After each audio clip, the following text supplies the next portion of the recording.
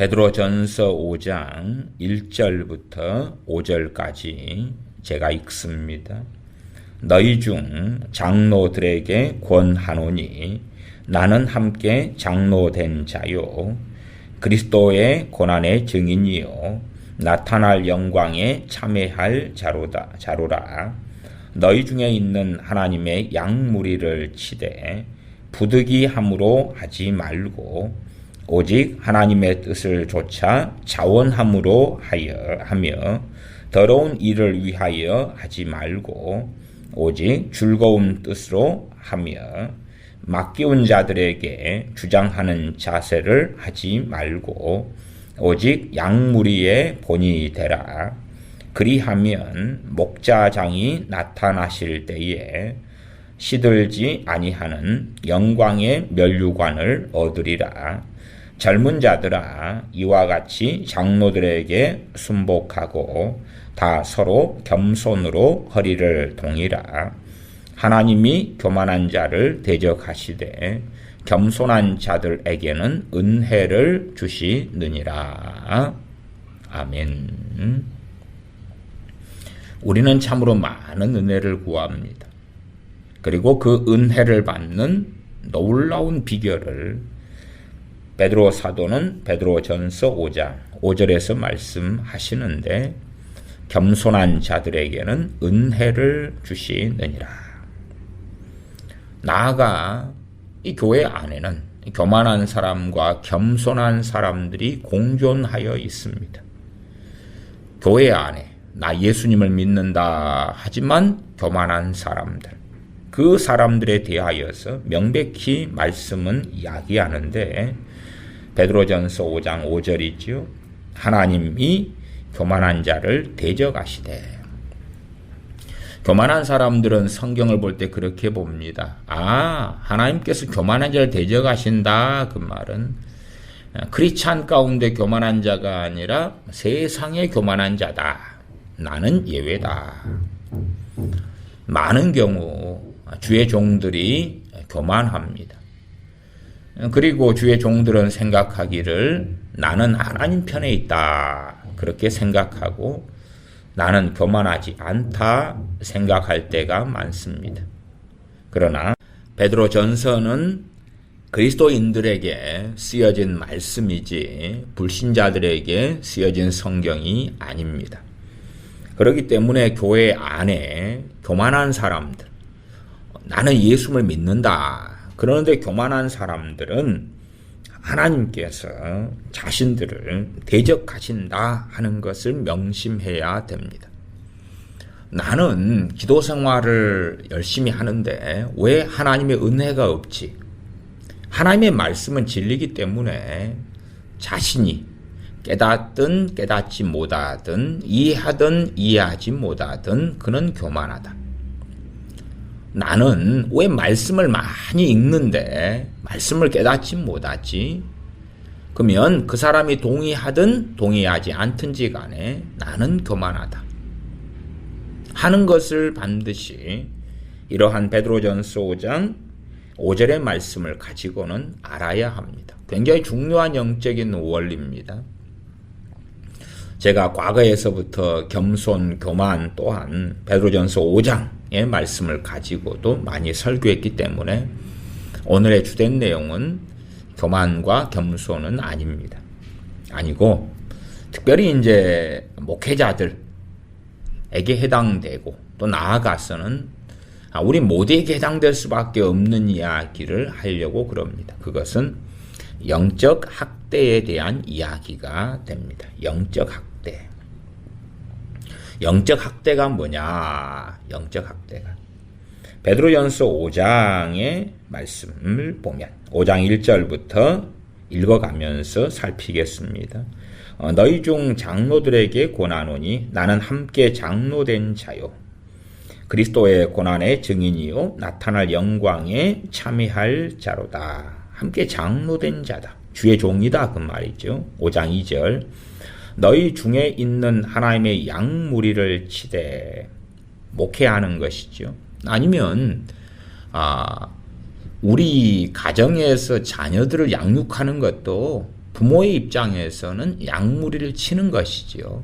내 자식이 둘이다, 서이다, 너이다, 다섯이다. 양무리를 치는 거죠. 작게는 또 내가 구역장이다. 그래도 양무리를 치는 것이죠. 내가 유치부나 주일학교, 중고등부 어떤 반사나 교사다.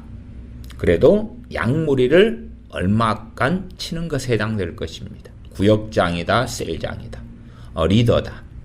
그래도 양무리를 치는 것이죠. 더 핵심적으로는 목회자들. 뭐 선교사들도 현지인 복음을 전하고 선교하고 목양하는 일을 함께 하는 경우는 해당이 됩니다. 목회자들. 그 다음에 소그룹 리더들. 가정의 부모들. 그런 사람들이 이제 하나님의 양무리를 치되 가장 근원적으로는 교회 안에서의 목회자, 교회 안에서의 주의 종의 자리에 있는 사람들이 가장 근원적입니다. 적용하자면 부모나 셀리더, 구역장 뭐 이런 경우도 다 적용이 가능하다. 너희 중에 있는 하나님의 양무리를 치되 부득이함으로 하지 말고 마지못해서 억지로 어쩔 수 없어서 부득이함으로 하지 말고 오직 하나님의 뜻을 좇아.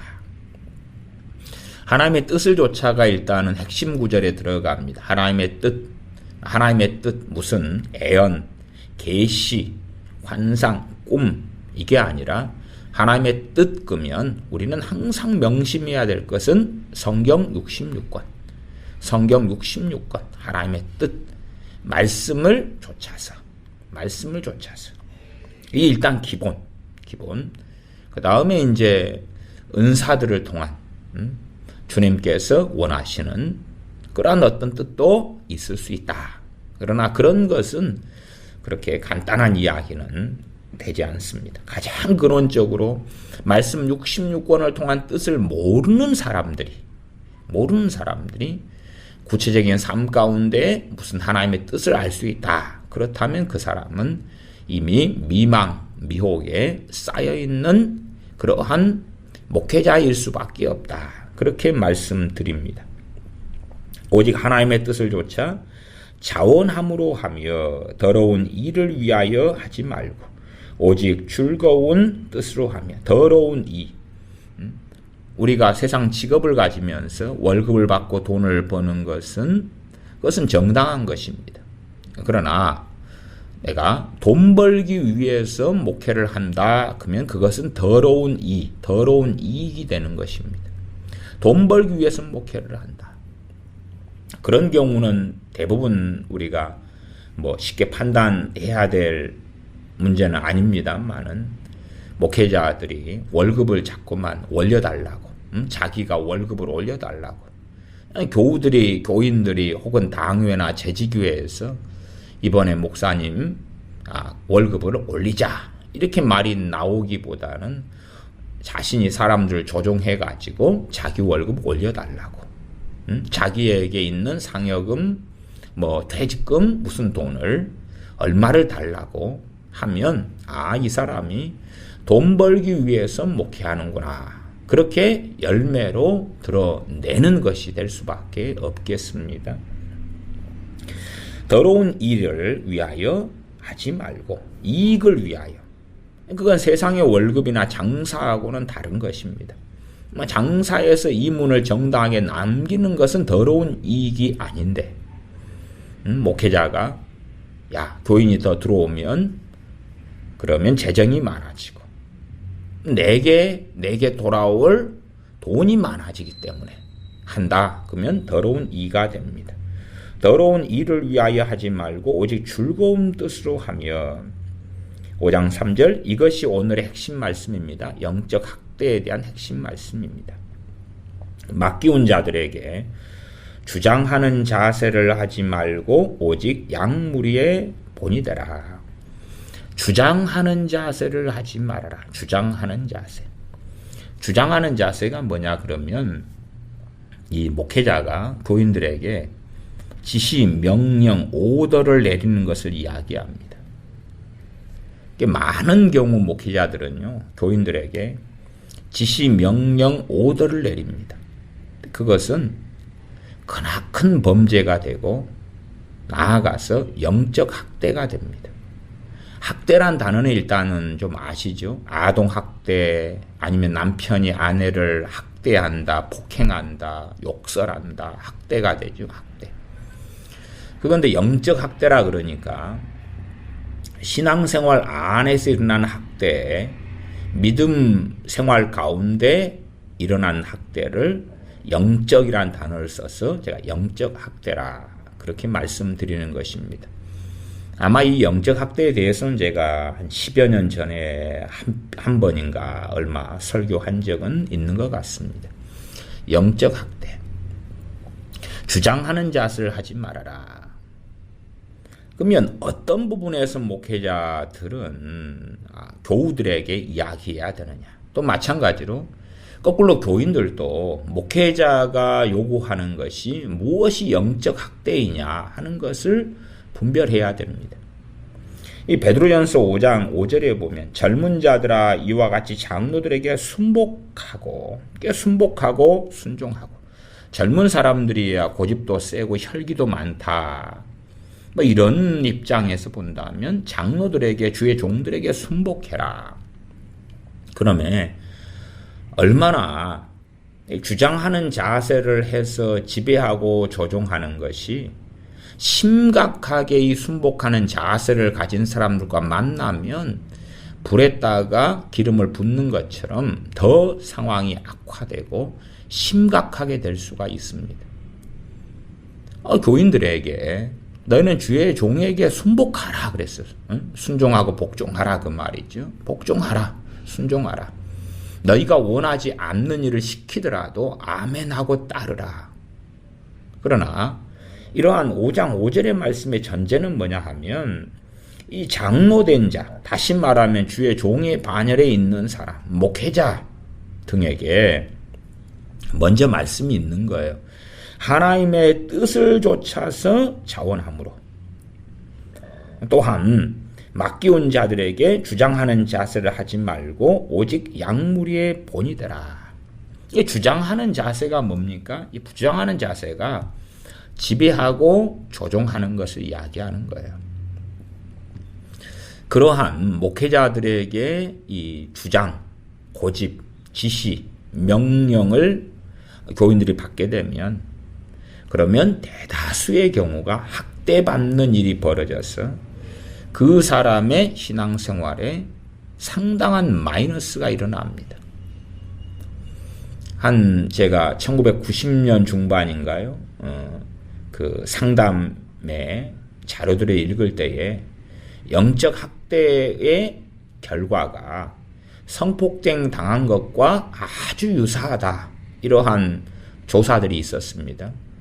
어떤 아이가 아니면 어떤 아가씨가 성폭행을 당했다.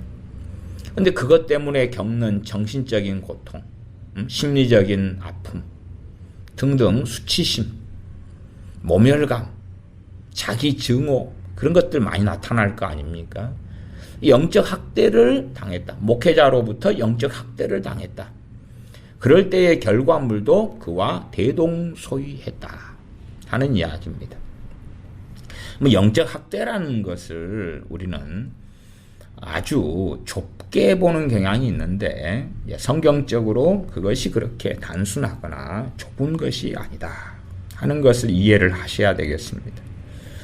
제가 최근에도 이제 저희 교회 교역자 분에게 무엇을 권면드리냐 그러면 왜 저녁에 당신이 맛있는 걸 준비했다. 그래서 이 맛있는 것을 저녁에 함께 와서 먹읍시다. 그렇게 말을 하고 권면을 하느냐.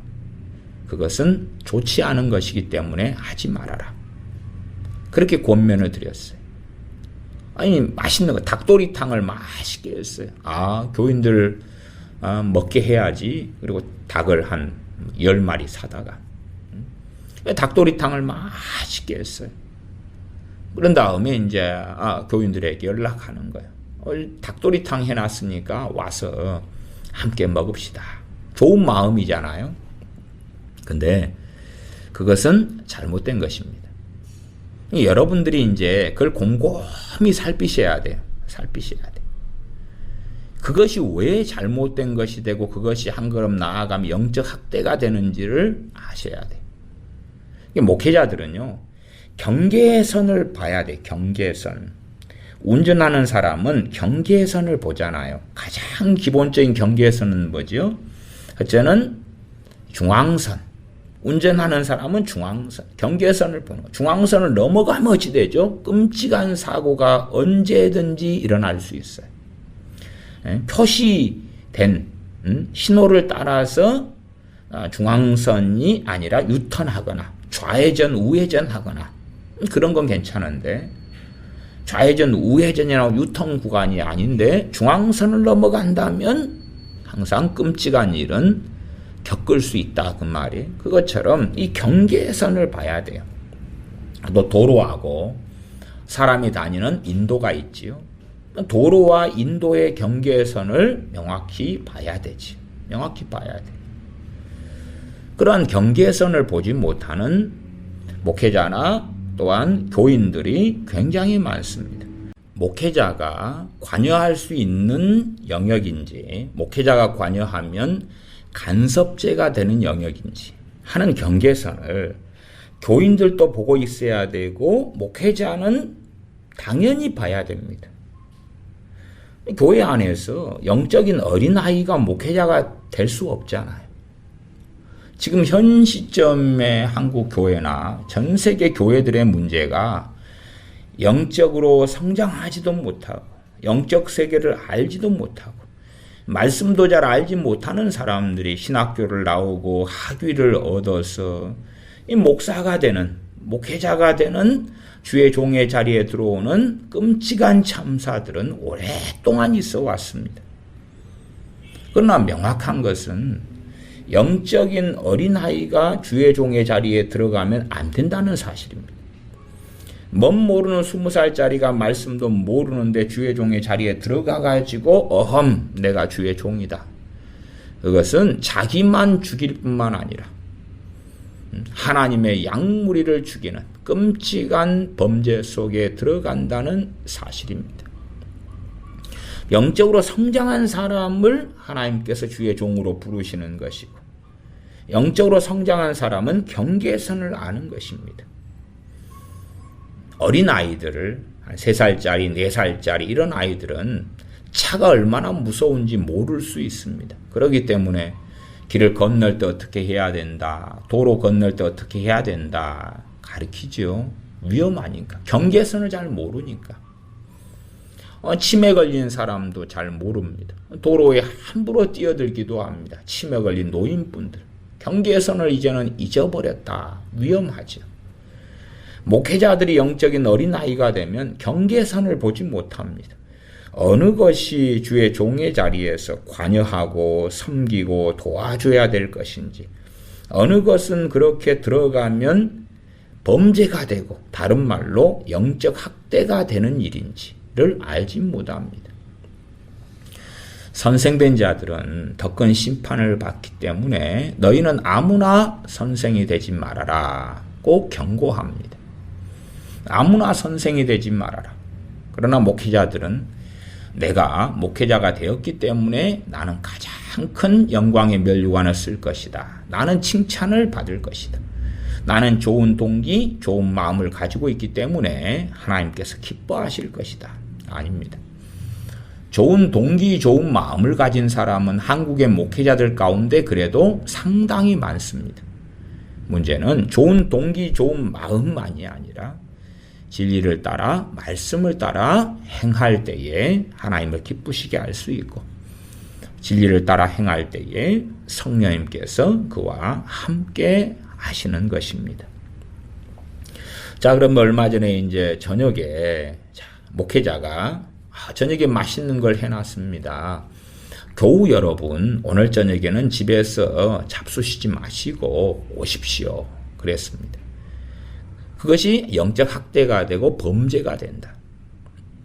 자, 동등한 A라는 집사님과 B라는 집사님의 사이에서 A라는 집사님이 B라는 집사님에게 오늘 저녁에 같이 식사 한번 하실까요?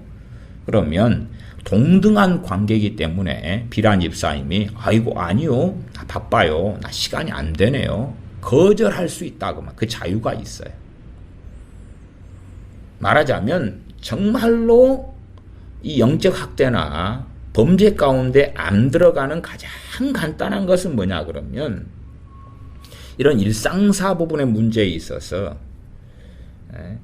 이 질서상 그렇죠? 청년이 나이 드신 분한테 아니면 질서상 뭐 집사님이 장로님한테 집사님이 목사님한테 집사님이 더 신앙의 연배가 높은 그러한 또 다른 집사님에게 아니면 동료 집사님들에게 집사님, 장로님, 목사님, 권사님, 성도님 오늘 저녁에 함께 식사하실까요? 함께 오늘 나들이 어떠세요? 그러는 것은 큰 문제가 없습니다. 왜냐하면 상대방들이 얼마든지 거절하고 거부할 수 있는 자유가 있기 때문에 그렇습니다. 그러나 목회자의 입장에서 저녁에 식사하려 하는데 어떠세요? 뭐 어떠세요? 그러면 이제는 반 정도는 오세요 하는 것을 깔고 있게 됩니다. 근데 더 적극적으로는 저녁에 오세요. 저녁에 모여서 닭도리탕 먹읍시다.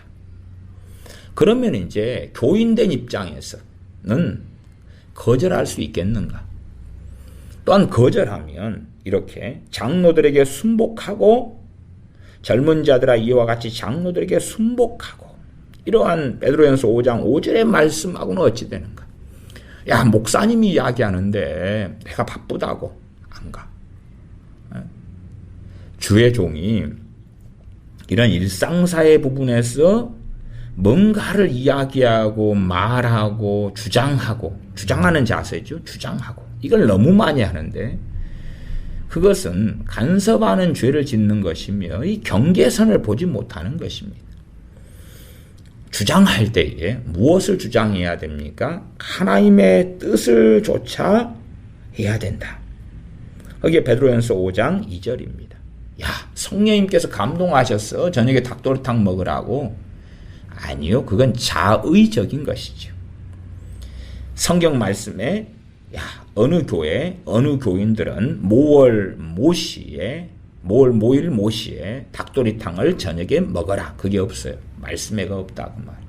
그러니까 하나님을 빙자하고 저녁에 교인들 닭도리탕 해줄 감동이 오네. 그건 잘못된 것이. 그런데 감동이 오면 안 되는 거예요, 본래가. 감동이 오는 것이 안 되는데 감동이 온다 그러면 그 사람은 잘못된 음성, 또 미혹에 빠져있는 사람이 된다 그 말이에요. 감동이 안 와야 될 부분에 어떻게 감동이 오냐 그 말이에요. 교회가 서로 의논하고 논의해가지고 며칠날 저녁에 모여서 시간 되는 분들은 닭도리탕 먹읍시다. 그리 됐으면 문제가 없어요. 근데 이 목회자들이요, 교인들 맛있는 거 먹여야 돼. 교인들을 섬겨줘야 돼. 그러면서 사랑이나 섬김이나 돌봄이나 그 명목 속에서 주장을 하는 거예요, 주장을 한다. 이번 토요일 날, 저기 바닷가에 한번 갑시다. 다 모입시다. 그건 목회자가 이야기했어요. 교인들은 다 나름의 사정이 있을 것 아닙니까? 그냥 정말로 그런 일이 있다 그래도 주장을 하면 안 되고 자유를 줘야 됩니다. 명확하게 밝혀서. 나는 토요일 날 바닷가에 가려고 저는 하는데요. 혹시 시간 되시는 분들은 같이 오셔도 돼요. 그래서 같이 같은 차로 갑시다. 저는 그때 가려고 그래요. 여러분은 알아서 하세요. 근데 시간 되시면은 같이 가도 좋습니다. 그러면 주장하는 자세가 이제 아니게 되죠. 상대방들에게 자유를 줍니다. 함께 토요일 날 바닷가에 가는 걸 선택해도 되고 안 해도 되는 거예요. 각 사람은요, 다 상황과 일이 있습니다. 예를 들어 목회자가 감동을 받았어요. 오늘부터 1년 동안 저녁 기도회를 해야 되겠다. 감동을 받았어요. 그러면 기도에 힘쓰라는 건 말씀이 있어요. 그런다 해서 하나님의 뜻을 좇은 건 아닙니다. 목회자가 저녁에 기도회를 해야 되겠다. 감동받으면 그것은 목회자 개인의 것입니다. 개인의 것이에요. 그리고 이제 교회적으로 저녁 기도회를 할 수가 있어요. 그러나 저녁 기도회를 가지고 참석해라고 강요해서는 안 되는 것이에요. 왜? 하나님의 뜻을 좇아. 그런데 성경에 어느 교회는 저녁 기도회를 하는데 모든 교인이 참석해라. 그렇게 되는 게 아니에요. 저녁 기도회에 참석해라고 목회자가 이야기를 했다고 칩시다. 자, 오늘 저녁부터 기도회를 합니다. 40일 특별 기도회를 밤에 8시, 9시, 10시에 합니다. 참석하세요. 했다고 합시다. 그러면 일반적인 교회의 평균이나 관례상 주로 얼마쯤 참석하냐 그러면은 숫자가 많을 때에 많은 교회가 평균치를 내면 50%가 안 됩니다. 일반적으로 금요기도회 같은 때도 정기적인 기도회라 그래도 한 3분의 1 정도 참석하나요? 절반 참석하면 열심히 있는 교회입니다. 그 교회가. 3분의 1 정도. 또 새벽 기도회는 10분의 1이나 5분의 1. 그 정도입니다. 왔다 갔다. 그러면 저녁에 40일 기도회를 하는데 참석하시오. 그러면 3분의 1은 참석했다. 3분의 1 참석한 사람을 또 문제가 됩니다. 왜? 자기의 각자의 사정이 있고 상황이 있지요. 참석 안 한 사람들도 문제가 돼. 저 목회자가, 저 목사님이 기도회를 하자 그랬다. 기도회는 좋은 것이야. 모이기를 힘쓰라 그랬다. 그런데 전국에 있는 모든 교회가 기도회를 하는 건 아니잖아요. 그냥 그 교회 아니면 몇몇 교회 40일 기도회를 할 때 그걸 목회자가 참석하라. 그럼 뭐죠? 주장하는 거예요. 주장하는 거예요. 그게 영적 학대가 되는 거예요. 영적 학대가 돼. 당연히 그 가운데는 영적으로 좀 성장한 사람이 있어가지고 자기도 지금 부지런히 기도생활을 하는 중이에요. 그런데 목사님이 같이 모여서 하자 그러니까 겸사겸사 합력하여 선을 이루어서 좋은 거예요. 그런 사람들이 얼마는 있을 수 있다 그 말이에요. 막 성령 충만한 사람들이에요. 은혜가 충만하고 기도생활하고 이런 사람들은 좀 더 나은데 영적 학대도 동일한 상황에서 안 당하고 안 받고 짐도 안 되고 문제가 안 되는데 그런 사람들은 교회 안에서 소수다 그 말이에요. 다수는 안 그렇습니다. 다수는 참석하더라도 문제가 생겨요. 문제가 생겨요. 저는 목회를 해오면서 이제 양심적으로 말씀드리는 거지만 교우분들에게 금요일 날 기도에 참석하십시오. 수요일 날 예배에 참석하십시오. 새벽 기도에 참석하십시오. 그렇게 말해본 기억이 없습니다. 기억이 없어. 혹시 말했을지 몰라도 앞뒤 내용을 가지고 했을 것 같고 제 신앙의 믿음이나 제가 믿는 바에 따르면 그것은 강요 상황이 아니다 그 말이에요. 각기 자원하며 자원함. 대신에 이제 무엇을 인식하냐 그러면 어느 분이 수요일 금요일에 꼭 그 자리에 앉아 계셨어야 할 분인데 안 오셨구나. 그런 것은 느끼는 데가 있어요. 그러면 그분들을 위해서 기도해야 될 때구나. 아니면 신방에서 상황이 어찌 되는가. 가정 상황이나 신앙의 상황이 어찌 되는가. 살펴야 되구나. 하는 것을 느낄 때는 있어요. 그러나 수요일 예배 공식 예배입니다. 꼭 참석하셔야 돼요. 왜 요즘 참석률이 이렇게 낮습니까? 왜 안 나오십니까? 나오셔야 돼요. 모이기를 힘써야 됩니다. 나오셔야 돼요. 그런 공적인 예배라도 저는 그렇게 하지 않습니다. 물론 주일날 같은 때는 뭐 참석을 강요하거나 하진 않아도 당연하게 우리가 다 예배드리기로, 특별한 사정이 아닌 한은 함께 모여 공적으로 예배드리기로 다 한 시간 날이기 때문에 우리가 다 그렇게 힘쓰는 것은 당연한 것입니다. 최소한 문제가 덜 되는 것은 수요일 예배, 금요일 기도회, 또 주일 낮, 오후 이러한 함께 서로 동의한 이런 공적 예배들은 문제가 좀 적고, 다음 새벽 기도회 같은 경우는 상당한 문제를 야기할 수가 있습니다. 새벽 기도회, 새벽 5시에 우리는 교회는 예배드립니다. 기도합니다. 그래도 그 부분에 참석 안 하는 사람이 훨씬 많습니다. 아침잠이 많고 새벽잠이 많거나 아니면 그때 일찍 일어나서 식사 준비하고 출근 준비하고 시간이 안 되지요. 그런 각자의 사정이 있는데 목회자가 주장하는 자세로 참석하셔야 됩니다. 한다면 그 교인들이 동의하든 동의하지 않든지 간에 피해가, 문제가 나타나게 되어집니다. 이 주장하는 자세 때문에 굉장히 문제가 됩니다. 마태복음 7장에 무엇이 있습니까? 그때 많은 사람들이 이르러서 그래서 주님께 말씀한다 그랬죠. 주여 주여 그렇게 말한다고. 그러나 주님께서는 불법을 행하는 자들아 나를 떠나가라. 나는 너희를 도무지 알지 못하노라. 그때에 무슨 일이 있습니까? 마태복음 7장 22절 말씀인데 7장 22절을 제가 읽으면 그날에 많은 사람이 나더러 이르되 주여 주여 우리가 주의 이름으로 선지자 노릇하며 주의 이름으로 선지자 노릇하며 이 선지자 노릇에는 크게 한 두 분야 정도를 제가 말씀드릴 수 있겠습니다. 선지자 노릇한다. 오늘 말씀드리고 있는 베드로전서 5장으로 한다면 선지자 노릇한다. 그 목회자가 교인들에게 이래라 저래라 그런다 그 말이에요. 하나님을 빙자하고 주님의 이름을 빙자하고 성령님을 빙자하고 성령님의 감동이 왔는데요. 집사님 기도생활 해야 될 것 같아요. 성령님의 감동이 왔는데요. 집사님 전도회들 열심히 내랍니다. 성령님의 감동이 왔는데요.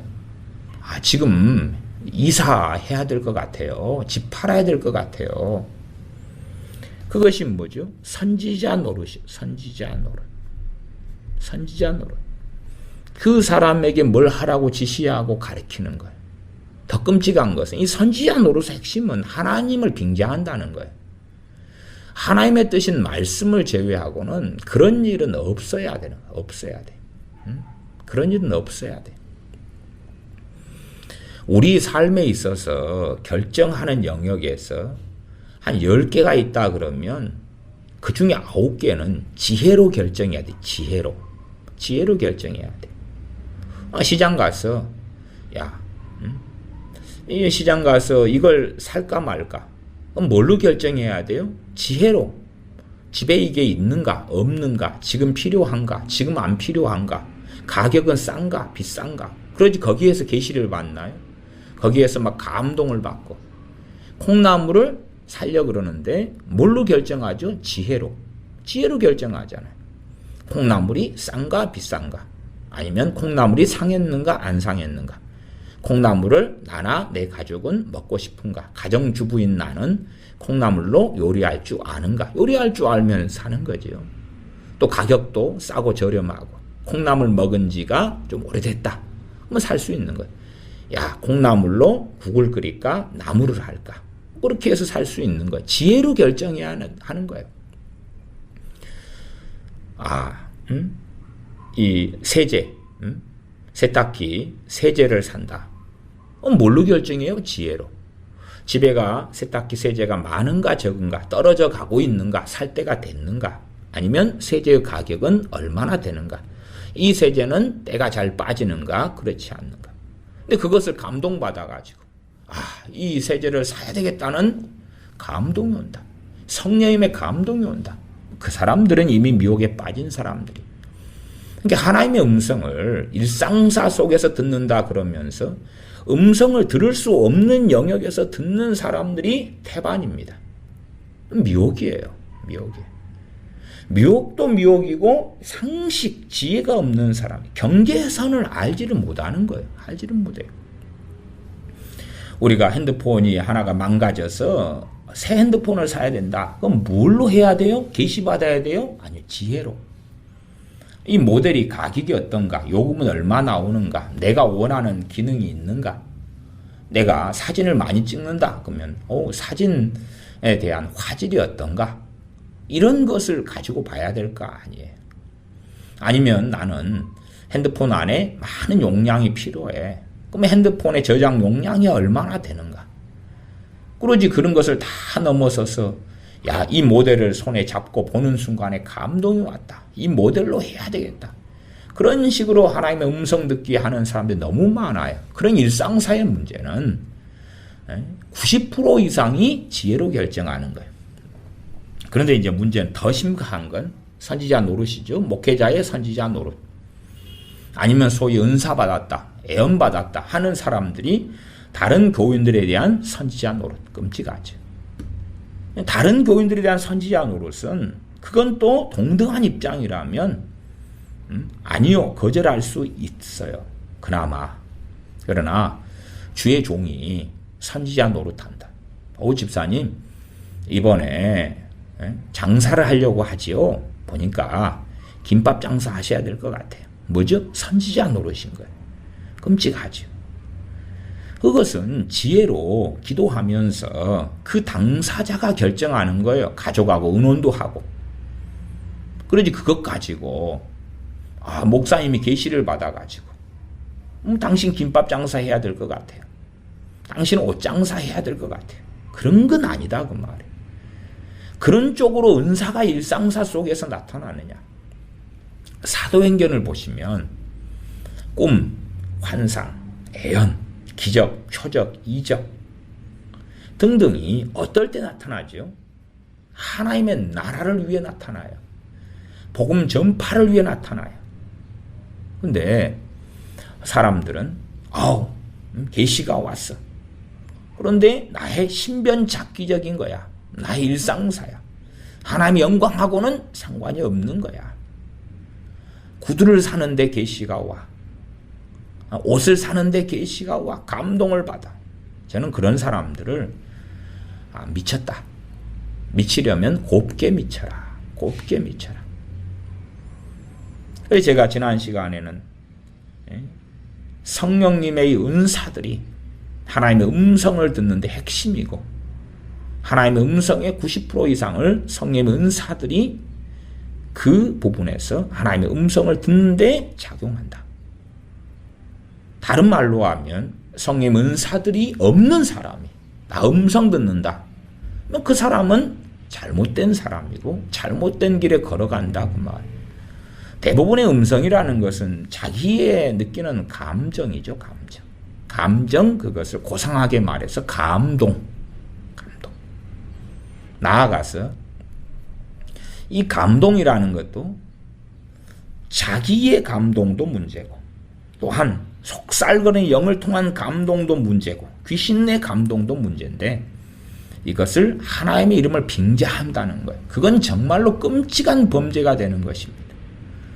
어떻게 하나님의 이름을 빙자해서 자기 감동을 하나님께로부터 왔다고 주장하냐. 그래놓고도 범죄가 되지 않을 거라고 그렇게 담대하냐 그 말이에요. 이게 선지자 노릇이 끔찍하지. 선지자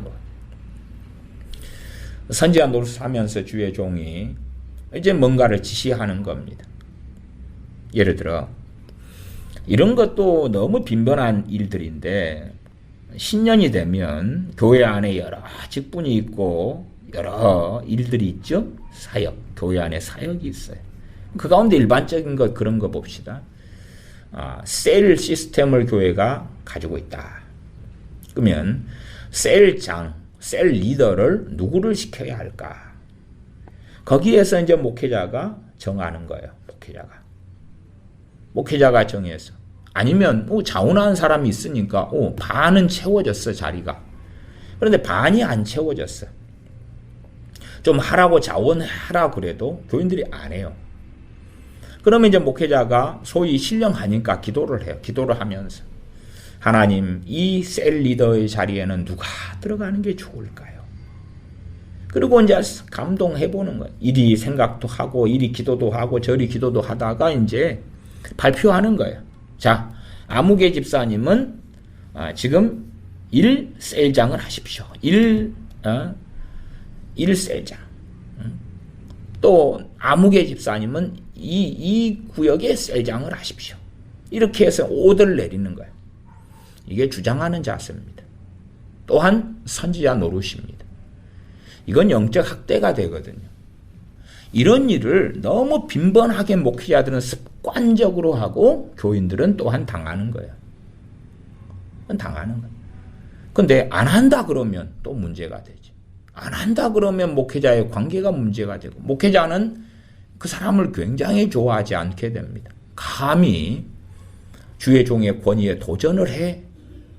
그렇게 돼서 굉장히 안 좋은 마음을 품고 아주 분개하고 분노할 수도 있고 그리고 그 사람에 대하여서 이제 싫은 마음을 다시 말하면 사탄의 역사가 틈타버리는 그런 상황이 생기는 경우가 아주 많습니다. 전에 어느 교회에서 제가 있었을 때에 목사님께서 제게 큰 교회 한 700명 되는 교회였는데 교회에 중직자들이 있는 자리에서 제게 목사님께서 어떤 말씀을 하셨냐 그러면 손 선생님은 성가대에서 좀 섬겨주세요. 그렇게 제게 요청하셨어요.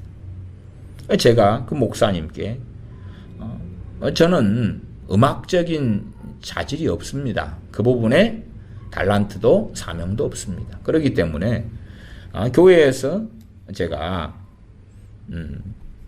주일학교나 중고등부나 이런 교사나 이런 가르치는 일을 저한테 맡기시면 제가 그 부분은 하겠습니다. 그러나 성가대는 저도 과거에 성가대도 서고 그랬는데 저하고는 맞지 않습니다. 그렇게 말씀을 드리니까 목사님 얼굴이 빨갛게 변하더라고요. 왜? 중직자들이 있는 자리에서 자기의 권위가 서지를 않잖아요.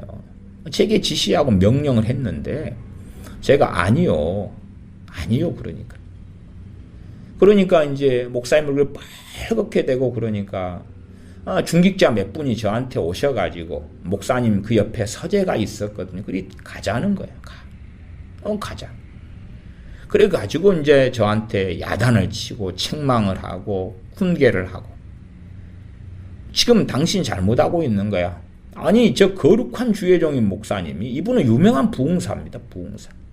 대한민국의 부흥사의 회장도 하셨고 700명 교회 담임 목사님이시고 신앙의 연륜이 오래되시고 이 주의 종이 이 거룩한 주의 종이 하라고 명령을 했으면 순복해가지고 그렇습니다. 그렇게 해야 되는데 왜 안 한다고 그리고 다른 거하고 맞다고 그렇게 이야기하냐. 얼른 가서 사죄드리고 목사님이 말씀하신 것을 순종한다고 해라. 저는 할 수 없다. 그럴 수 없다. 심지어는 한 걸음 나아가면 당신들이 그렇게 하고 한다면 나는 이 교회하고는 맞지 않다. 그래서 어쨌든 저는 그 교회에서 오래 신앙생활은 안 했습니다. 그 이후에는 관계가 그리 좋지 않죠. 틀어지죠. 오래 신앙생활은 하지 못하고 제가 그때 신학대학원을 다니고 있을 텐데 풀타임 사역자는 안 하고 이제 신학 그냥 일반 평신도로서 교회를 다니고 있었을 텐데 제가 떠났습니다. 이 목회자들이 그렇게 사용하는 거예요. 그러면 제가 그래서 베드로전서 5장 5절에 젊은 자들아 이와 같이 장로들에게 순복하고 다 서로 겸손으로 허리를 동이라. 순복하라 그랬는데 뭘 순복하냐? 자기의 달란트, 내가 뭘 잘하고 뭘 못하고는 누가 잘 알아요? 자기가 잘 알아요. 근데 주의 종의 자리에 있다 그래가지고 내가 지시를 하는 거야. 당신 이것을 해라. 당신 요것을 해라. 그런 일이 빈번하죠. 그런 것과 유사한 것이 당신이 이번에 이 셀 리더를 해라. 그 지시하는 거예요. 이게 주장하는 자세죠. 주장하는 자세. 그것을 과연 할 수 있는가 없는가? 해야 되는가 안 해야 되는가? 한다 그래도 문제가 되고 안 한다 그러면 더 문제가 돼요. 그러니까 이런 주장하는 자세를 안 해야 되고 또 내가 안 한다 그러고 거기에서 목회자의 관계가 틀어지고 문제가 생긴다는 건 또 각오해야 되고 그러나 피해를 최소화하는 것은 안 하는 것이 내가 맞지도 않고 부르심 받지도 않은 것에 내가 한다 그래가지고 1년 동안 거기에 있으면서 시험에 들고 죄를 짓고 불평이 생기고 불만이 생기고 그 영역에 하나님의 은혜도 없고 성령의 역사도 없고 그렇게 되는 일이 많다 그 말이에요. 참 이런 것이 어려운 거예요. 선지자 노릇을 목회자들은 상시적으로 하고 살아가요. 많은 목회자들이나 많은 교인들은 생각하기를 교회가 가진 어떤 시스템을 하나님의 뜻이라고 주장하고 가리키고 생각하는 경향이 있습니다. 셀로 모이는 교회는 셀이 절대적인 하나님의 뜻이다. 구역으로 모이면 구역이 절대적인 하나님의 뜻이다. 속회로 모이면 속회가 하나님의 절대적인 뜻이다. 양날개 시스템으로 모이면 양날개 시스템이 하나님의 뜻이다. 순모임, 제자훈련으로 모이면 그것이 하나님의 절대적인 뜻이다. G12로 모이면 그것이다. 그러나 그것이 성경적일 수는 있어도 그게 절대적인 뜻이면 모든 교회에서 똑같은 것을 해야 되는 것입니다. 그러지요? 그러나 그건 성경적일 수는 있으나 정확한 성경은 아닙니다. 그렇기 때문에 이 어떤 교회가 사용하는 프로그램을 절대 시할 수 없고 또 목회자가 그 프로그램에 어떤 교인들을 강제로 참여하라고 강제할 수 없는 것입니다. 상당히 많은 교회들이요, 셀 프로그램을 사용하면서 교인들에게 강제적으로 의무조항으로 그 셀에 포함되도록 강요합니다. 그건 영적 학대가 됩니다. 범죄가 되는 것입니다. 범죄가. 두 부류가 다 죄를 짓습니다. 가장 심각한 죄는 목회자가 짓고 그리고 어쩔 수 없어 참여하는 사람들이 짓고 또 참여하지 못하는 사람도 지을 수밖에 없어요. 이것이 영적인 권위를 남용하는 거다. 영적 권위, 목회자에게 주신 권위가 있다 그 말이에요. 권위가 있었기 때문에 젊은 자들아 이와 같이 장로들에게 순복하고 그렇게 말씀하죠. 주의 종의 자리에 있어서 영적 권위가 있어요. 권위를 잘못 행사하는 것이 학대가 되는 거예요. 부모가 아버지의 권위가 있고 어머니의 권위가 있어요. 권위를 잘못 행사하면 학대가 되는 거예요. 아내의 머리가 남편이에요. 그러나 남편이 아내에 대하여 머리다고 하고 남편의 권위를 잘못 행사하면 그 관계는 무너져 가기 시작하고 남편과 아내 사이에 마귀의 역사가 틈타기 시작해요. 남편이 아내의 머리인데 권위를 바르게 행사하는 것을 배우지 않으면 또 나아가서 부모가 자식에 대하여 권위를 바르게 행사하지 않으면 바르게 행사하는 걸 배우지 못한다면 자녀에게도 문제가 생기고 부모에게도 문제가 생기는 거예요. 이게 한국에 있는 가정들, 뭐 전 세계도 대동소이합니다만은 가정들마다 부모가 부모로서 하나님 주신 이 권위를 어떻게 사용하는가를 배우지 않아요. 또한 잘못 사용해요. 자녀에게 자유를 줘야 될 부분에서 권위를 사용하고 또 권위를 사용해야 될 부분에서 자유를 주고 그렇게 하면서 서로 간에 참극이 나타나죠. 자녀를 잘못 양육하면서 그 부모와 하나님과의 관계와 사이는 심각하게 안 좋아지죠. 교만이 뭐겠어요? 부모의 교만이란 자기의 생각, 자기의 지혜, 자기의 가치관으로 자녀를 양육하고 하나님의 말씀으로 또한 말씀의 원리로 자녀를 양육하지 않아요. 그러면 말할 수 없는 교만이 부모에게 있다. 그렇게 말할 수밖에 없지요.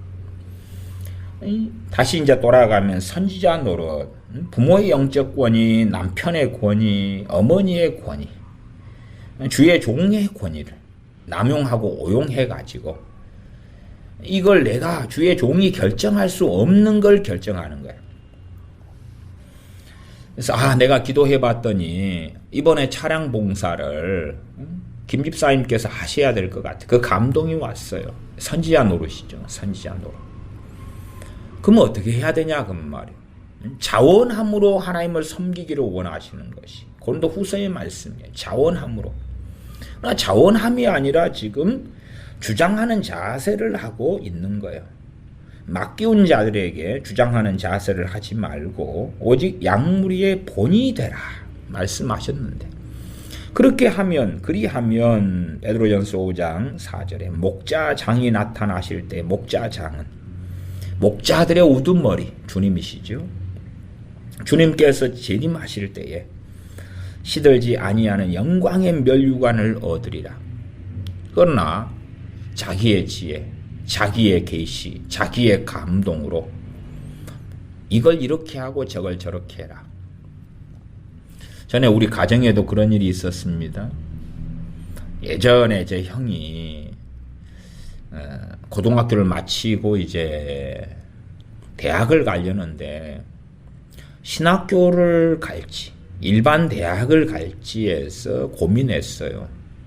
그래서 어머니께서 목사님에게 가서 물었어요. 목사님, 내 큰아들을 신학교를 보내야 될까요? 일반대를 보내야 될까요? 뭘 보내야 될까요? 그러니까 목사님께서 어디를 보내라. 그렇게 했단 말이에요. 어디를 보내라. 그리고 무슨 과를 보내라. 그래서 결국은 이제 일반대를 보냈어요. 일반대 행정학과를 보내라. 그렇게 이제 목사님이 답을 줬어요. 그래서 형은 일반대 행정학과를 갔어요. 목사님이 지도를 한 거죠. 이게 선지자 노릇이에요. 이 경계선을 봐야 돼요. 그건 목회자가요, 상담할 영역도 아니고 관여할 영역도 아니에요. 상담할 영역도 아니고 관여할 영역도 아니에요. 오히려 도와준다면 선택을 해주는 것이 아니라 선택을 잘 할 수 있도록 본인이 그런 지혜와 정보를 가지고 있으면 그 지혜와 정보를 제공하는 거죠. 그런 것은 좀 가능한 영역이 있는데 당신의 큰아들을 어느 대학, 어느 과에 보내라. 그것은 목회자가 절대 말할 수 없는 영역이고 그런 것은 계시가 올 수도 없는 부분이에요. 하나님의 감동이나 응답이 올 수가 없다 그 말이에요. 근데 그런 데서 감동을 받는다 끔찍하고 자기가 선지자 노릇해서 그걸 지시합니다. 그렇기 때문에 이러한 목회자들에게는 사실은 무서운 하나님의 저주가 있다 하는 거예요. 주의 종의 자리에 그 사람이 있으면서 주님의 이름을 빙자해 가지고 일을 하는 거예요. 그런 사람은 담대함이 있겠지요. 내가 뜻대로 살았노라. 그 목사님은 제 알기로입니다. 제 알기로. 자, 지금은 이제 은퇴하셨는데 원로 목사님 되셨는데 제가 알기로 우리 또 목회자들이 모이고 그러거든요. 알기로 성령 충만을 받은 적이 없습니다. 성령 충만을 받은 적이 없어요. 은퇴하실 때까지 성령 충만한다는 게 뭔지 몰라요. 그러한 삶을 살면 성령님께서는 충만히 역사 안 합니다. 왜요? 잘못된 길에 들어서서 선지자 노릇하니까 불법을 행하는 자들아 내게서 떠나가라 말씀하시는 거죠. 또 이 선지자 노릇의 일반적인 것이 소위 은사를 받아가지고 그 은사를 남용하는 거예요. 애언 은사를 받았다. 애언 은사를 받으면 제가 최근에도 은사 설교하면서 1000가지 분야가 있으면 그 애언 은사가 한 가지 분야에나 작용할 거다. 사도행전 19장에 초신자들 12명이 방언과 애언 은사를 받았어요. 그러면 그들이 선지자 노릇 할 수 있겠는가? 없어요. 없어요. 근데 이제 이 아주 그냥 작은 분야, 협소한 애언 은사를 받아가지고 마치 그 애언의 주인이 자기인 것처럼 생각해서 그 목회자가 애언 은사를 받으면 가장 끔찍한 일이 벌어집니다. 교인들을 놓고 애언을 하는 거죠. 어느 사업을 하는 게 좋은가요? 내가 그 부분에 애언해 줄게. 불법이죠. 애언해 줄게. 꿈 환상 은사를 받았어. 근데 은사가 성령 충만하고 은사가 정확할 때는 정확한데 점점 불법을 행하면 은사가 약해져 가기 시작해요. 성령에 소멸하지 말라. 약해져 가기 시작해요. 흐리부리해지기 시작해요. 자기가 이제 이것에 내가 응답받아 줘야지. 이것에 응답받아 줘야지. 내가 기도하면서 응답받아 줘야지. 모 집사님이 자식을 어느 학교에 보낼지 힘들어해. 내가 응답받아 줘야지. 자식을 홈스쿨링 시킬지 대안학교에 보낼지 아니면 일반 사립학교를 보낼지 고민하고 있어. 내가 응답받아 줘야지. 기도하다 보니까 감동이 온단 말이야. 집사님. 대안학교를 보내는 것이 하나님의 뜻인 것 같아요. 기도하다 보니까 집사님을 위해서 기도가 되는데 그렇게 감동이 오고 그렇게 응답이 왔어요. 대안학교로 집사님 보내세요. 일반 서로 간의 성도의 교제 가운데 그런 일이 있어도 끔찍한 참사인데 주의 종이 그렇게 해버린다면 교인들은 반대할 수 있나요? 없나요? 없지요. 끔찍한 일로 들어가요. 왜 어느 것을 세상사에서 선택하든지 간에 완벽한 퍼펙트한 100%의 결과물 좋은 걸 내는 것은 없거든요. 지구상의 가장 멋진 남자를 선택해도 단점이 있고. 왜 단점이 있어요? 그 남자가 너무 완벽하니까 완벽하지 않은 나가 못 맞추잖아요. 지구상의 가장 완벽한 여자를 선택하면 문제가 또 생기죠. 내가 완벽하지 못하니까 안 맞잖아요. 안 맞아. 너무 신령한 사람을 만나면 난 덜 신령하면 못 따라가잖아요. 못 따라가. 어쨌든 아무리 좋은 것이 있다 그래도 거기에는 장점과 단점이 존재하는 거예요. 근데 계시받아서 하나님으로부터 왔다. 근데 막상 해보니까 문제가 많고 어려움이 많고 그러면 하나님께서 하라 그래가지고 했는데 어느 때 그만두고 떠나야 되고 바꿀 때가 됐는데도 하나님이 하라 그랬다 그러니까 못 바꾸는 거예요. 때를 놓쳐버리는 거예요. 그러면 손해도 많이 보고 피해도 많이 보고 문제가 많이 생기죠. 그러한 선지자 노릇에는 정말로 저주가 있습니다. 서로 간에 저주가 있어요. 경계선을 봐야 돼. 경계선. 경계선을 못 보면 소경이고 장님이죠.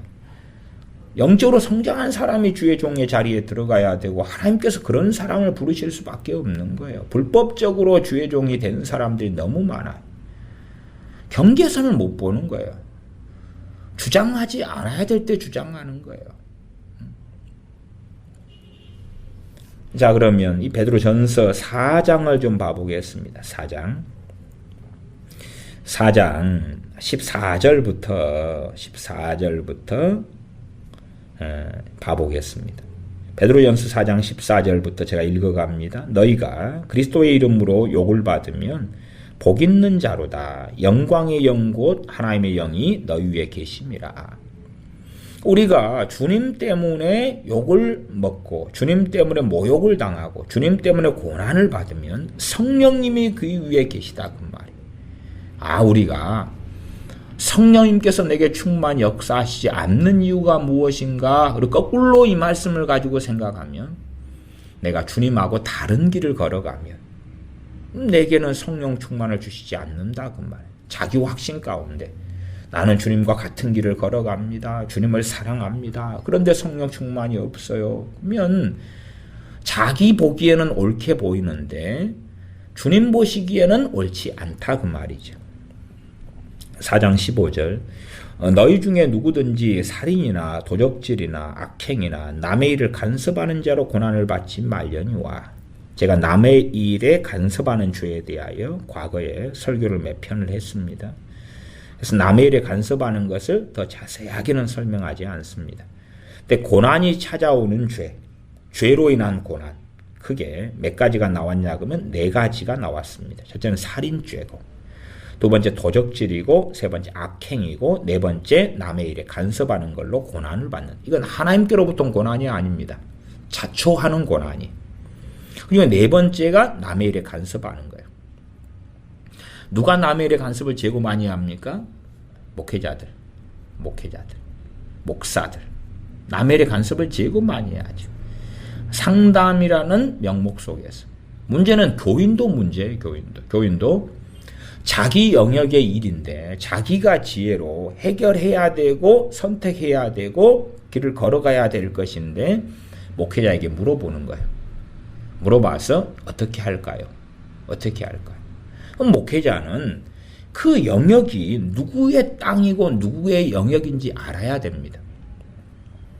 세상 사람이 훨씬 더 지혜로울 때가 많습니다. 세상 사람은 땅도 영토를 알죠. 이 땅은 무단 침입하면 안 돼. 이 땅은 남의 땅이야. 이 땅은 내 땅이야. 이건 공원이구나. 이건 우리가 공유하는 그러한 장소지. 괜찮아.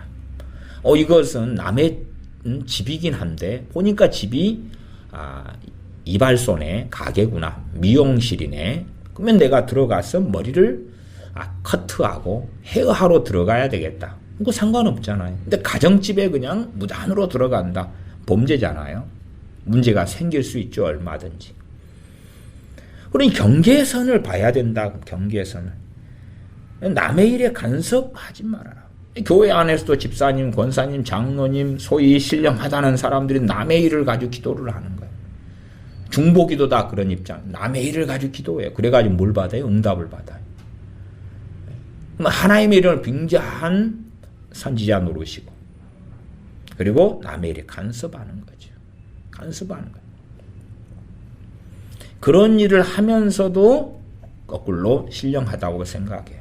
심각한 미혹 속에 빠지고 들고야 맙니다. 고난이라는 것은 이 죄를 지어서 생기는 결과물로서의 고난이 있어요.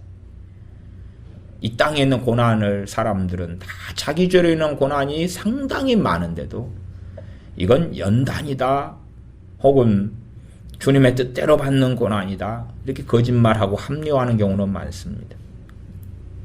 내가 운전을 잘못해서 전봇대에 들이받으면 고난이 생기죠. 돈에 손해가 있고 전봇대 물어줘야 되고 벌금 나오고 차 얼마 이용 못하고 보험료 올라가고 그러잖아요. 자기가 사고 쳐서 그런 것을 어떻게 그것이 연단이 되겠느냐 그 말이에요. 4장 16절에는 만일 그리스도인으로 고난을 받으면 부끄러워 말고 도리어 그 이름으로 하나님께 영광을 돌리라. 그리스도인으로 신앙과 믿음 때문에 받는 고난, 받는 고난을 하나님께서 기뻐하시는 것이지요. 그러면 이제 디모데전서 5장 22절 말씀을 봐보겠습니다. 어제도 그 말씀을 제가 잠깐 드렸는데 디모데전서 5장 22절입니다. 제가 읽어보겠습니다. 아무에게나 경솔히 안수하지 말고, 어제는 이 안수 부분을 설교했었습니다. 그 부분에 이 디모데전서 5장 22절을 가지고 아무에게나 경솔히 안수하지 말고, 사도 바울이 디모데에게, 주의 종인 디모데에게 말씀하고 있는 것입니다. 다른 사람의 죄에 간섭지 말고 내 자신을 지켜 정결케 하라. 이 디모데전서 5장 22절에는 3가지 이야기를 하고 있는 것입니다. 주의 종에게 아무에게나 경솔히 안수하지 말아라. 마치 안수할 때는 그냥 안수가 아니라 이 성령님의 기름 부으심과 역사가 나타나는 하나님의 통로와 도구가 되는 것인데, 내가 마치 성령님을, 내가 마치 성령의 권능과 은사들을 내 마음대로 할 수 있다고 착각하는, 주장하는 것 때문에 내 유격적으로 정욕적으로 내 판단과 지식과 지혜에 따라서 안수할 때가 있는 거예요. 그것이 경솔한 안수로 범죄가 될 수 있다 그 말이에요. 그래서 주의 종도 아무에게나 경솔히 안수하지 말아라. 두 번째가 다른 사람의 죄에 간섭하지 말아라. 디모데는 목회자인데 그 교회 교인이 무슨 죄를 짓고 있어요. 그러면 당신 왜 그러시오? 은 다른 사람의 죄에 간섭하는 거지.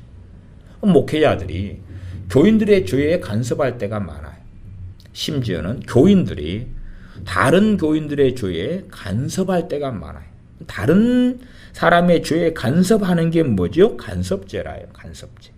베드로전서 4장 15절에 있는 남의 일을 간섭하는 자로 고난을 받지 말려니와 간섭하는 죄를 지어서 고난을 받는 거예요. 다른 사람의 죄에 간섭하지 말아라. 어떤 면에서는 야 형제 사랑하라 그랬는데 다른 사람이 죄 지으면 간섭해야 되지 않나요? 제재해가지고 죄 짓지 말라 그래야 되고 곰도 전서에 나오는 것이 뭐 이런 음행 저런 거 판단하라 왜 판단하지 않았느냐 그런 것하고 맞는 거 아닌가요? 아니요. 다른 분야를 이야기하고 있는 것입니다. 성경을 사람들은 자꾸만 한 가지 해석을 가지고 모든 말씀을 다 그렇다고 하나로 꿰버리려고 그래요. 그게 아니거든요. 분야가 다르거든요.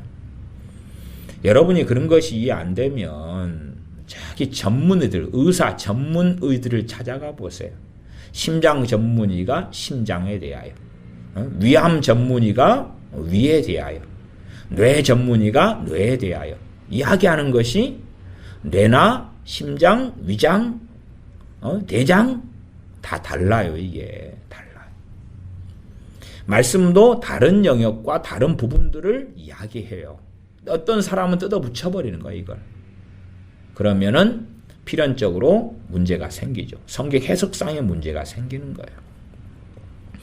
이런 부분은 다른 사람의 죄에는 간섭할 부분이 아니다. 그 말이에요. 누군데도 불구하고요. 주의 종인데도. 주의 종인데 저 성도님이 어떤 A라는 죄를 짓고 있어요. 근데 간섭할 영역이 아니다. 간섭할 영역이 아니다. 어떤 죄는 관여할 수 있어요. 그래도 죄가 아닌 부분이 있어요. 그러나 훨씬 더 많은 부분은 관여하면 죄가 되어버려요. 저 사람이 훨씬 더 많은 부분에서 죄를 짓고 있는데 내가 관여하면 나도 죄를 짓는 게 돼요. 그리고 그런 가운데 무슨 일이 생긴가요? 영적 학대. 영적 학대. 아, 목사니까 교인들의 죄에 관여할 수 있지 않나요? 아니요. 그렇지 않아요. 예를 들어 생각해 보세요. 어떤 A라는 사람이 자꾸만 신호등을 막 어겨요. 교통법을 어기는 거죠. 신호등을 어겨요. 그럼 목사님이 이제 강단에 서가지고 왜 우리 교회 교인들은 신호등을 어깁니까? 그렇게 하면 간섭죄가 되는 거예요. 그것을 가리킬 게 아니라 말씀을 가리켜가지고 말씀 안에서 교인들이 그걸 스스로 알아먹고 그런 걸 고쳐야 되겠죠. 그래야 되겠죠. 어떤 부분은 공적으로 다룰 수 있는 죄가 있고 어떤 부분은 그러지 않는 부분이 있어요. 교인들의 죄에 대하여 목회자가 다룰 수 있는 영역이 있다 그러면 그냥 제가 단순화시키면 더 자세하게 이제 이런 부분을 설교를 하는 것이 어렵습니다. 또 더 자세하게 설명할 시간이 오래 간다 해도 뭐 크게 알아먹지는 못하실, 알아먹기 어렵다고 생각하고 그래서 제가 이제 마무리 지어갑니다. 교인들이 짓는 죄가 5가지 영역이 있다. 그러면 목회자지만 관여할 수 있는 영역이 많아야 채 하나입니다. 많아야 채 하나입니다. 많아야 채 하나예요. 근데 목회자들은 5개가 보이면 다 관여해서 고쳐야지. 심지어 부모도요. 내 자식이 죄를 짓는데 그걸 보면서도 관여할 수 있는 게 있고 없는 게 있어요. 관여할 수 없는 걸 관여하면 어떤 일이 생기냐 그러면 자녀하고 관계가 더 심각하게 훼손돼 버립니다. 어떤 죄의 부분은 자기가 다루어야 될 거예요. 그런 게 훨씬 더 많아요. 우리가 예를 들어서 죄 짓고 있는 영역이 10가지가 있다고 합시다. 그러면은 뭐 어지간한 사람들이 10가지 영역을 알겠지요. 알아요. 야, 내가 과장이 심하네. 거짓말을 좀 하네. 탐욕이 있네. 뭐 있을 거 아니에요. 근데 그런 것을 가지고 이제 계속 지적을 한다. 그런다 해서 이게 고쳐지는 부분인가요? 쉽게 안 고쳐지지요. 그런 이야기는 그래도 어느 정도 이해하실 거라고 생각합니다. 그냥 생각해 보세요. 하나님께서, 전능하신 하나님께서 내 죄를 쫙 훑으시고 보신다면 다른 사람이 보는 것보다 더 많이 발견되겠죠. 하나님께서 이제 내 죄를 100가지 죄를 지적을 해 주셔요. 일단 1단계로 너 고쳐야 될 게 100가지야. 그러면 우리가 고쳐야 되구나. 이게 죄구나. 하나님 감사합니다. 100가지 죄를 보여주시니 감사합니다. 그리고 내일 되면은 짠! 다 고쳤습니다. 다 회개했습니다. 100가지 다 변화됐습니다. 이제 2단계로 100가지를 또 알려주세요. 안 그러죠? 알고 있는데도 고치지 못하고 변화되지 못하는 부분이 많아요. 알코올 중독이다. 제 애도 목회할 때 알코올 중독 이런 교인들이 좀 있었어요. 남자분들 알코올 중독. 알코올 중독을 어떤 사람들은 예수 믿는 사람들은 전반적으로 고치고 싶어요. 고치고 싶어요. 근데 안 고쳐져요. 알코올 중독은 죄입니다. 죄. 술에 임박인 죄고 술에 취하는 죄고 술을 사랑하는 죄고 근데 그 죄를 지적을 하고 책망을 해요. 근데 자기도 고치고 싶은데 안 고쳐지는 거예요. 하나님 은혜로 고쳐질 수 있으나 특별한 경우가 아니면 시간이 많이 필요해요.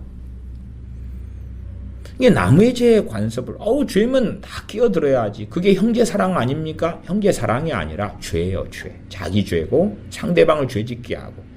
그게 일단은 목회자가 한다 그러면 목회자 영적 권위가 있어요. 권위를 가지고 한다 그러면 학대가 일어나는 거예요. 다시 말하면 그 사람에게 더 심각한 안 좋은 열매가 맺혀버리는 거예요. 그러한 일들이 비일비재하게 일어난다. 가정 안에서 부모의 권위, 남편의 권위, 무엇보다 교회 안에서 영적 지도자, 목회자의 영적 권위. 영적 권위를 남용하고 오용해서 영적 학대가 교회 안에 너무 많이 일어난다. 그리고 그것을 알지 못한다. 영적 학대를 교인들에 대해서 하면서도 하나님을 기쁘시게 하고 있다고 착각한다.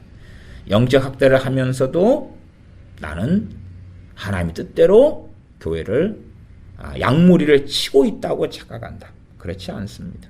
이게 주의 종인 디모데에게 다른 사람의 죄에 간섭지 말고 너 자신을 지켜 정결케 하라. 너나 잘해라. 너나 잘해라. 너나 잘해라. 어떤 청년이 있습니다. 어느 청년이 크리스찬인데 음란물을 많이 봐요. 음란물을 많이 봐요. 어느 때 알게 됐어요. 그런데 이 청년은 이 음란물을 안 보고 끊으려고 10년을 고생했어요. 10년을. 근데 아직 안 된 거예요. 안 된 거예요. 자, 근데 이제 그 청년이 음란물을 보는 걸 알게 됐어요. 내가 목사예요. A 청년, 음란물 이제 정리하세요. 하나님이 안 기뻐하세요. 정리하세요. 근데 이게 정리하려고 마음을 많이 먹었는데 안 되는 거예요. 음란물을 보는 게 죄지요, 죄. 음행이 죄지요. 음란한 죄지요. 근데 정리하세요. 이 친구도 10년간 정리하려고 그러는데 지금 안 되고 있는 거예요. 그러니까 더 문제가 생기는 게 이제는 그런 상황이 되면 정리도 못 하는데 이제 목사님 볼 얼굴이 있고 면목이 있느냐. 오히려 더 그러면서도 믿음 지키려고 버티다가 포기해버리기 쉽고 정죄받아버리기 쉽다 그 말이에요. 그러니까 우리 눈에 보기에 이것은 죄다. 그래서 사람을 정죄하기는 쉬워요. 정죄하기는 쉬운데 그 어떤 것이 죄라는 것을 안다 해서 고쳐지냐. 너희는 죄와 싸우라. 싸우는 과정과 시간이 대부분은 필요해요. 어떤 면에서 죄와 싸우는 것을 도와줘야 되죠. 도와줘야 돼. 정죄해버리는 것이 곤란할 때가 많아요. 모를 때는 깨우치게 하는데 도움이 돼. 깨우치는 것이 도움이 되지. 몰라요. 어떤 죄를 짓는데 모른단 말이에요. 그러면 그걸 가르쳐주는 거예요. 말씀을 통해. 하나님 뜻을 따라서.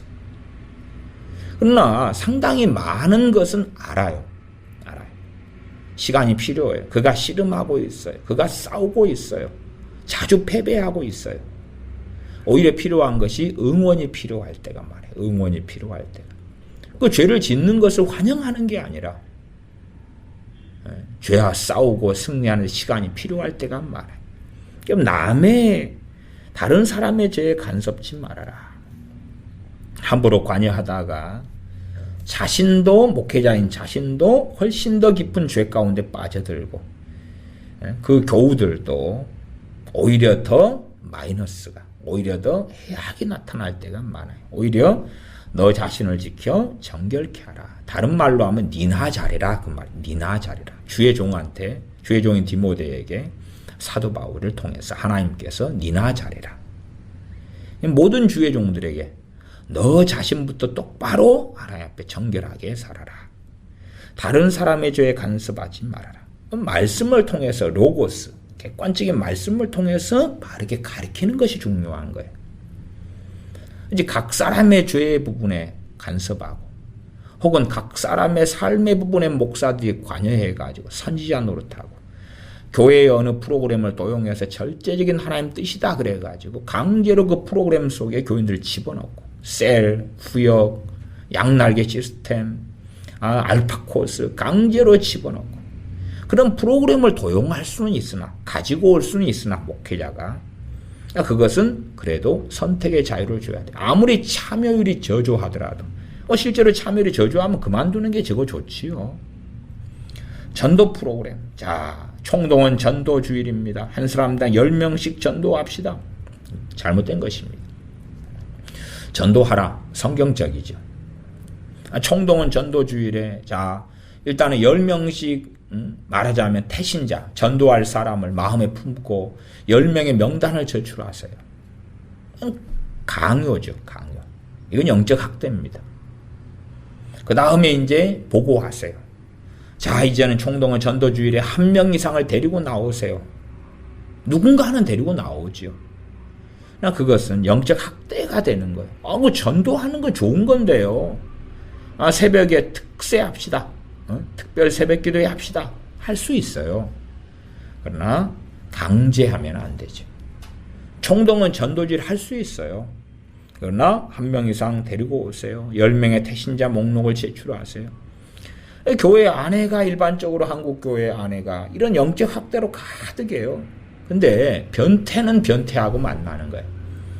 영적 학대 받는 것을 하나님 뜻이라고 좋아하는 사람도 많아요. 그리고 점점 영적으로 신앙적으로 잘못돼 가는 거예요.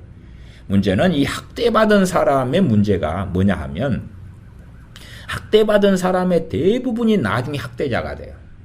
이것이 이제 가정폭력의 피해자인 자녀가 커서 자식에게 가정폭력을 행하는 아빠가 되는 경우가 많은 것처럼 그렇게 영적 학대를 받은 사람이 그렇게 성경을 이해하고 해석한 다음에 성경을 이용해서 다른 사람을 영적 학대를 하는 거예요. 심지어 그런 사람이 목회자가 돼가지고 이제 자기가 또 교인들을 영적 학대를 하는 거예요. 그런 사람이 사실은 상당히 많습니다. 그러므로 우리가 목회자를 통한 영적 학대를 조심해야 돼. 그게 우리의 영적인 병으로 와요. 하나님과의 관계가 문제래. 기도의 문이 막히고. 영적 학대를 조심해야 돼. 영적 학대를 가능한 피하고 영적 학대하지 않는 목회자를 만나고 마찬가지로 주의 종들은 또 부모들은 남편 된 자들은 아내를 남편의 권위를 넘어선 학대를 하지 않고 부모도 자녀를 권위를 넘어선 학대를 하지 않고 지배 조종을 하지 않고 목회자가 교인들을 지배 조종하지 말고 약물의 본이 되고 지배 조종 주장하는 자세를 하지 말라고 지배 조종하지 마라 그 말이에요. 나를 따르라. 그렇게 완악한 길을 걷지 말고 본이 되는 삶을 살아야 한다 그 말이에요. 가리키되 하나님의 뜻을 좇아서 진리의 말씀을 따라서 말씀 안에서 바르게 하고 선지자 노릇은 하면 안 되고 그렇게 해서 바른 영적 권위를 교회 안에 행사할 때에 자신도 하나님께 칭찬을 받고 또한 교우들도 영적 바른 권위 행사 앞에서 은혜와 덕을 입습니다. 기도하겠습니다. 아버지 하나님, 참으로 영적 학대가 많은 시대를 살아갑니다. 많은 주의 종의 자리에 있는 사람들, 많은 지도자의 자리에 있는 사람들이 하나님을 빙자하고 이용하고 자신이 경계선을 보지 못하는 가운데 마음대로 선택해주고 판단해주고 또한 사랑이라는 명목 속에서 남의 죄에 함부로 끼어들고 간섭하고 주의 종들이 그렇게 많이 하고 신앙에 연륜이 있다는 장로, 권사, 집사 이런 이들이 다른 믿음의 형제들의 삶에 함부로 관여하고 간섭하고 그러면서 서로 간에 잘못된 길을 많이 걸어왔습니다. 우리가 이러한 바른 영적 권위를 이해하고 영적 학대를 이해하고 깨닫고 또한 영적 학대 받는 것에 좋아하는 변태의 자리에 들어가는 것이 아니라 영적 학대를 피하는 우리가 되며 말씀에 따라서 살아가는 우리가 되도록 우리에게 지혜를 주시옵소서. 우리 주 예수님의 이름으로 기도하옵나이다. 아멘.